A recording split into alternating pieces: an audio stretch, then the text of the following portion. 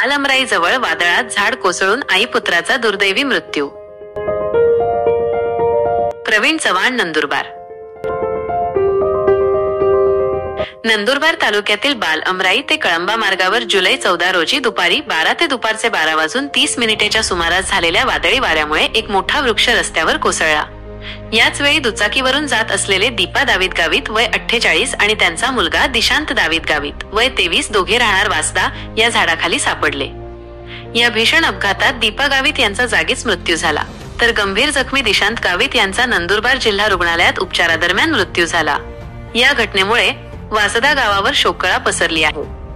स्थानिकांनी प्रशासनाच्या दुर्लक्षामुळे ही घटना घडल्याचा आरोप केला आहे, कारण धोकादायक झाडांची छाटणी वेळेवर केली जात नाही. नागरिकांनी प्रशासनाकडे अशा धोकादायक वृक्षांची तातडीने छाटणी करून पुढील दुर्घटना टाळण्याची मागणी केली आहे. पावसाळ्यात प्रवासादरम्यान काळजी घेण्याचे आवाहनही करण्यात आले आहे.